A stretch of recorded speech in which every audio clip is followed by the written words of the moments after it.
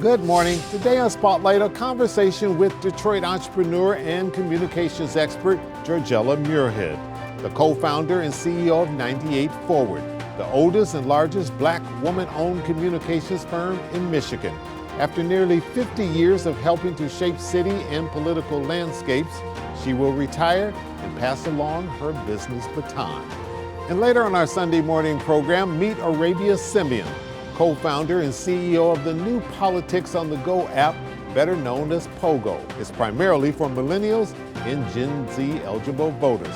How did she win the National Pull-Up and Pitch Competition, sponsored by BGV, Black Girls Venture? We'll tell you. It's Sunday, November the 16th. I'm Chuck Stokes, and this is Spotlight. Georgella Muirhead, thanks so much for coming in. Good seeing you again. It's been a little while. Oh, it has been, but it's just great seeing you too. My grandmother used to say, everything has its shelf life. Are you sort of looking at it like that, passing the baton to a company that you co-founded, very successful with it, but now said it's time to take it into another generation, but not so much with your leadership? I think so. I think so. I agree with your grandmother. Sometimes you can't let others really soar until you're willing to step back a bit. Mm-hmm. And I've had a wonderful career from the beginning to as I'm closing it out. But now there are people behind me that really are ready to soar. Yeah. And I think we saw some of that in our last mayoral election. We did, and we're going to talk about that in a little bit because you did have a big hand in all that. Let's go back some ways. 1998 is when you started your Berg Muirhead with Bob Berg.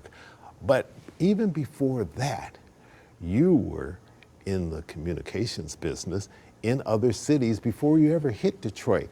Where so? I started my career in Ann Arbor, mm-hmm. and it's funny, I really didn't know what public relations was about. Okay. I just needed a job. So I applied, I went to work for the city of Ann Arbor, and I was taking journalism classes. And so I had an assignment to write a feature story, and Ann Arbor was getting its first mall, Briarwood Mall. Oh yeah.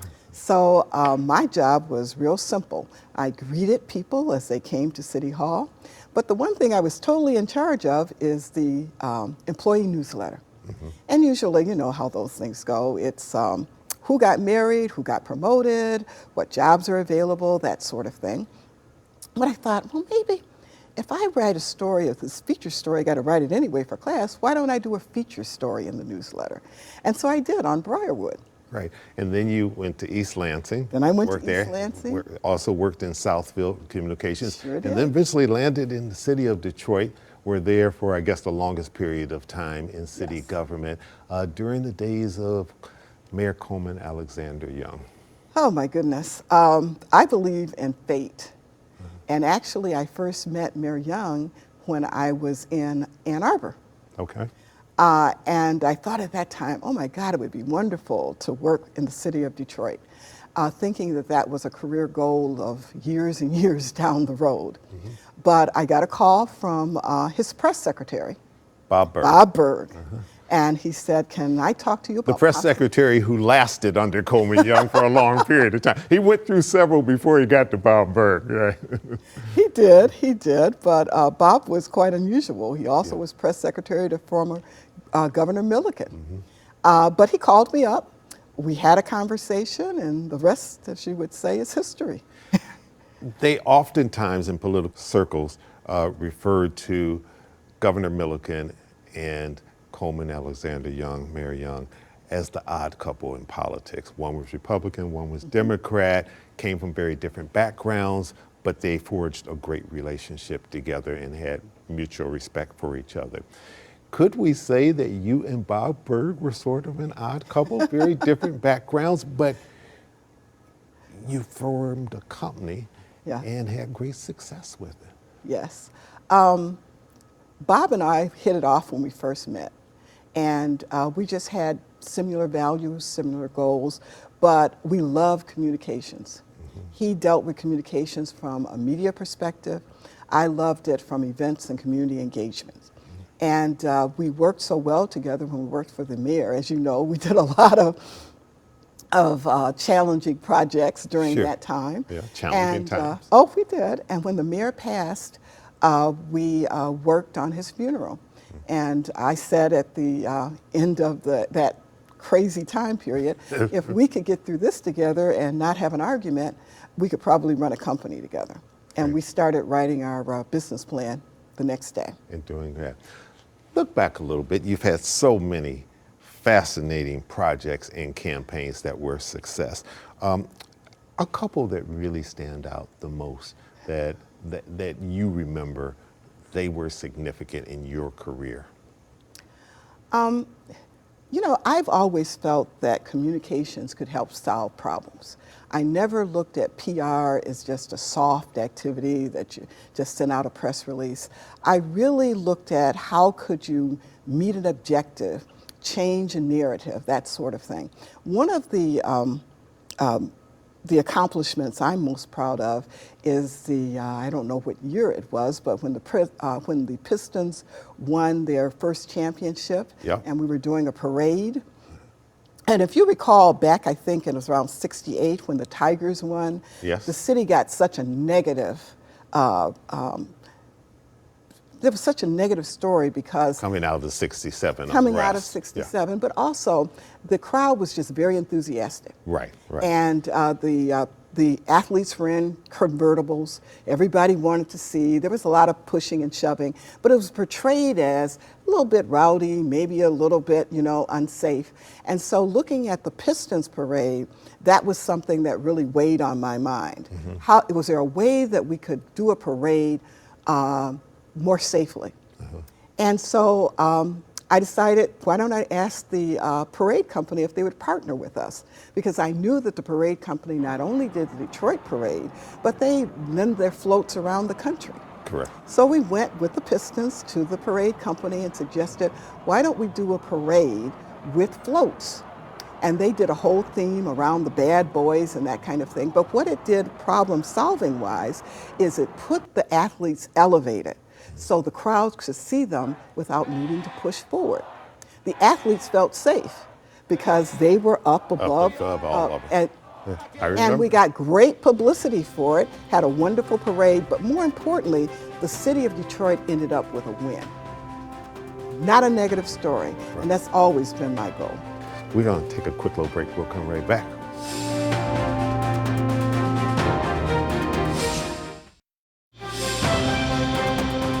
Another point that I think is very important is no one that we've gone to has said no.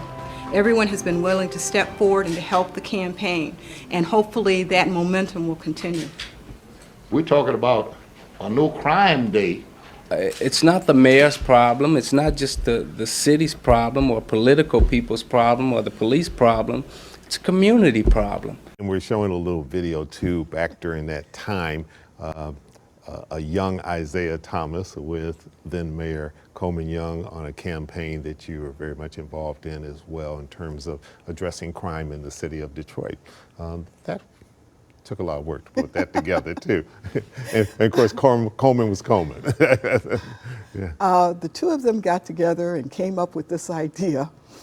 What if the city of Detroit had a day that they tried to have no crime? So they gave it an original title, No Crime Day. And so it was my job to promote that. It was challenging, but again, it was addressing a problem. During that time, there are always going to be crimes and some negative things going on in the city of Detroit. But athletes In any were- major city. In any major Yeah. city. But Isaiah had come to Detroit and he wanted to be a part of the city. Him and the mayor really hit it off. Yeah. And they thought this was a campaign that maybe they could get young people engaged in. It would gain attention because of his notoriety. And hopefully it would help set us on the course to try to come up with remedies to address this issue. Right. And both became Detroit legends, Isaiah Thomas as well as Mayor Coleman Alexander Young. Very true. Let me ask you, you have not only survived but also thrived as a business owner through multiple administrations, the Coleman Young administration, Dennis Archer's administration, Duggan administration, and now you've got your footprint on the administration of the mayor-elect Mary Sheffield as the first African-American female mayor of this city. Your firm was behind the scenes pulling all of that together. Your thoughts in terms of how you're feeling as she gets ready to take that #1 position politically? I'm just so proud. And when I look back, I'm just so amazed because I did get to work on the last campaign of Mayor Coleman Young, and certainly he was an historical figure. But to also work on a campaign of our first female African-American leader for the city of Detroit, it's just mind-blowing that I've had a chance to be a part of both of those just groundbreaking opportunities. But it also goes back to when Bob and I founded our agency, we decided we just didn't want to have an office in the city of Detroit. We wanted to be a part of the city of Detroit. And that meant being a part of things that matter to the city. That could be social issues that needed a campaign behind it. It could be political figures, that sort of thing. So when the opportunity was presented to work for her, I lobbied very hard. This is something we needed to do. Most of my agency and myself live in the city of Detroit. These things matter. Who leads matters. And so we were just very, very intentional and focused on being part of where Detroit was going in the future. Marilyn Horn has been an integral part of your career and your firm. She's president and chief financial officer. And owner. And owner. and will be leading 98 forward once you officially step down and go into retirement. What do you see as the future for that firm, that communications, public relations firm? Oh, I see it as very, very bright. Marilyn is an extraordinary leader. And she has been right along with Bob and myself for the last couple of decades. So she is not new to this game. No. And when Bob and I decided that we were going to step back and sell the company, we really wanted to make sure that we sold it to somebody who understood our vision, not to mimic us or try to keep us in the spotlight, but that could see the importance of being an agency that cared about the city that they were headquartered in. And Marilyn was that kind of leader, and she has not disappointed us at all. You are a legend within the Public Relations Society of America, have been honored multiple times and have held key positions. But in the little bit of time we have left, something that has always been important to you is equity, diversity, and inclusion, which in some circles has gotten a bad name these days. Right. But that is still something that has been important in terms of building your business, and I assume you feel that's going to continue? Oh, definitely. We tend to hire people that not think exactly like we do, but have our same sort of vision and energy and commitment to making sure that public relations is a field that anybody can participate in. When I started, I didn't have many role models. Mm-hmm. I had to leave Ann Arbor and come to downtown Detroit just to find a practitioner that looked like me, just somebody who could mentor me. And Jerry Lundy was my mentor. You know that name. Yes. He's also a legend in the PR business. But he was kind enough to take me under his wings and guide my career. I decided right then and there I wanted to be the Jerry Lundy kind of practitioner. If someone reached out to me, I'm willing to talk to them. I wanted to make sure that the people coming after me didn't have the same difficulties getting in this industry that I did. And I'm so proud to say that that's happening.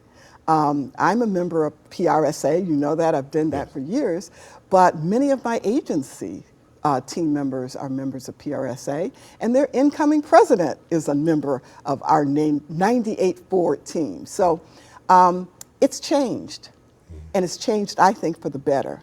And we've got some amazing practitioners of every race and ethnic background, but we've got some great African American practitioners. Well, want to congratulate you on the success personally as well as your business success and with your firm, and the fact that the firm's going to still be around and keep moving forward from the foundation that you helped build. 10 seconds left. Anything major that you're planning for retirement? I'm going to stay in Detroit, and I'm going to see the wonderful things that we do going forward. And you're feeling good about this city, right? I'm feeling very good about this city and direction it's going. We can only go up. All right, Georgella Muirhead, thanks so much for coming in, and best of luck, and wishing you tremendous success. Oh, thank you so much. Thanks for having me. And we'll be back in just a second, and we'll turn our attention to a new voting app that's getting national attention. We'll be right back. Stay with us.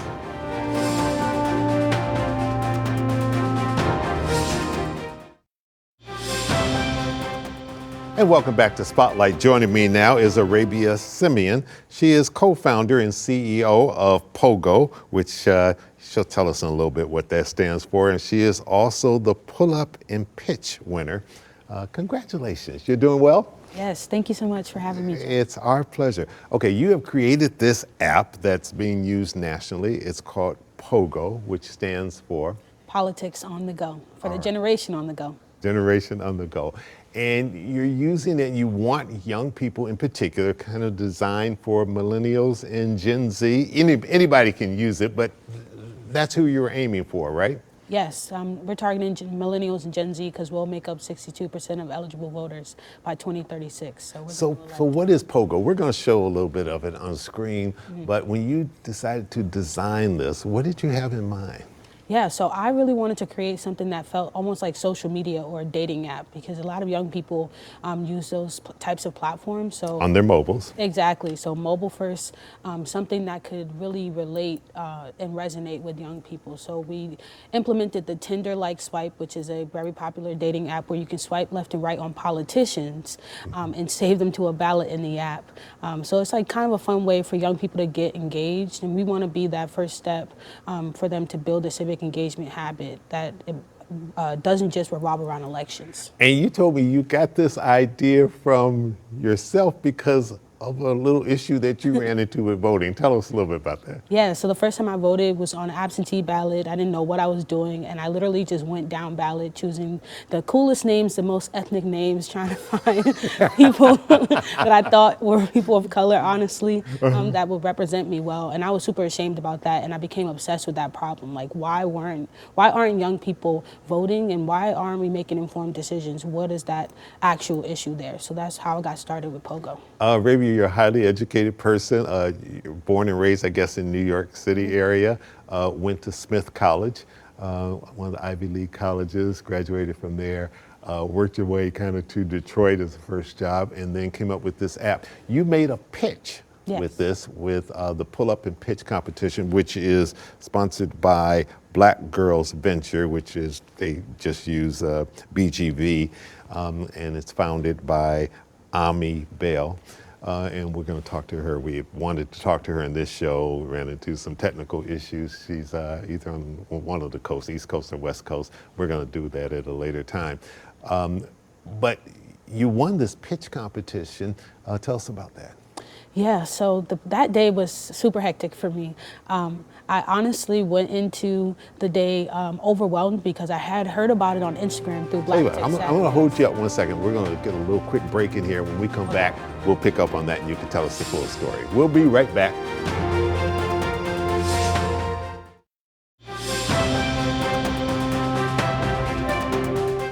You were reluctant to join this pitch, which is a national competition. It just happened to be in Detroit, correct?